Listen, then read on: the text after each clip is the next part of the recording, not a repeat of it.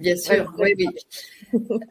Alors en fait, c'est pas la même vibration. En fait, on est sur des fréquences énergétiques. Hein, je veux dire, on est énergie. Hein, on est composé que d'énergie, et donc on libère une fréquence qu'on a choisie. Hein, avant de s'incarner, on parle de contrat d'âme. On en reparlera tout à l'heure parce que c'est une des clés.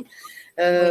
Et quand on arrive avec ce contrat d'âme flamme jumelle qui nous suit hein, depuis qu'on a quitté la source.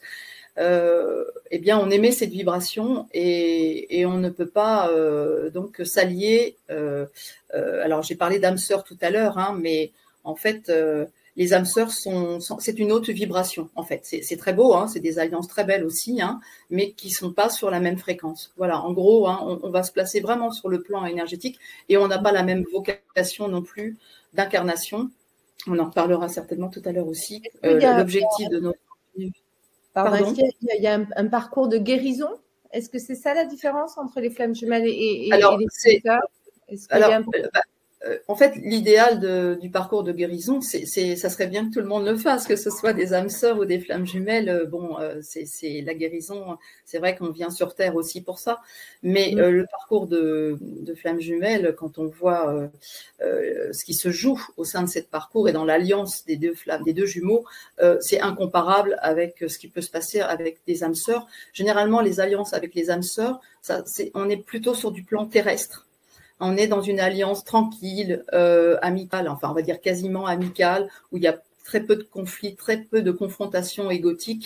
Les gens s'entendent bien, ils peuvent passer une vie entière comme ça.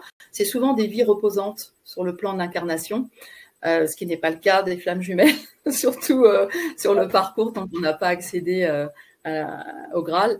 Donc, et puis l'objectif pour la flamme jumelle de rayonner cet amour inconditionnel. L'âme sœur, elle est dans un amour affectif. Ça peut être un très bel amour aussi, hein, mais c'est moins exigeant, on va dire. On met la barre un peu moins haute, quoi. Voilà.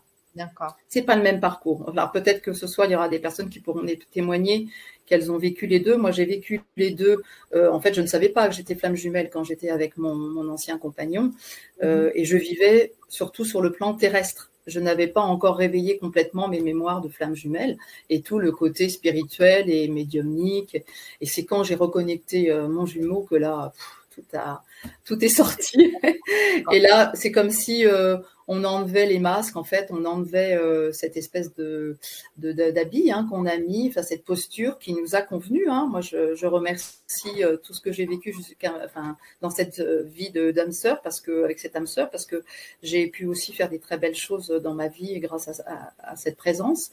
Mais c'est sur un autre plan que ça se joue après. C'est une évolution, en fait, aussi. Voilà.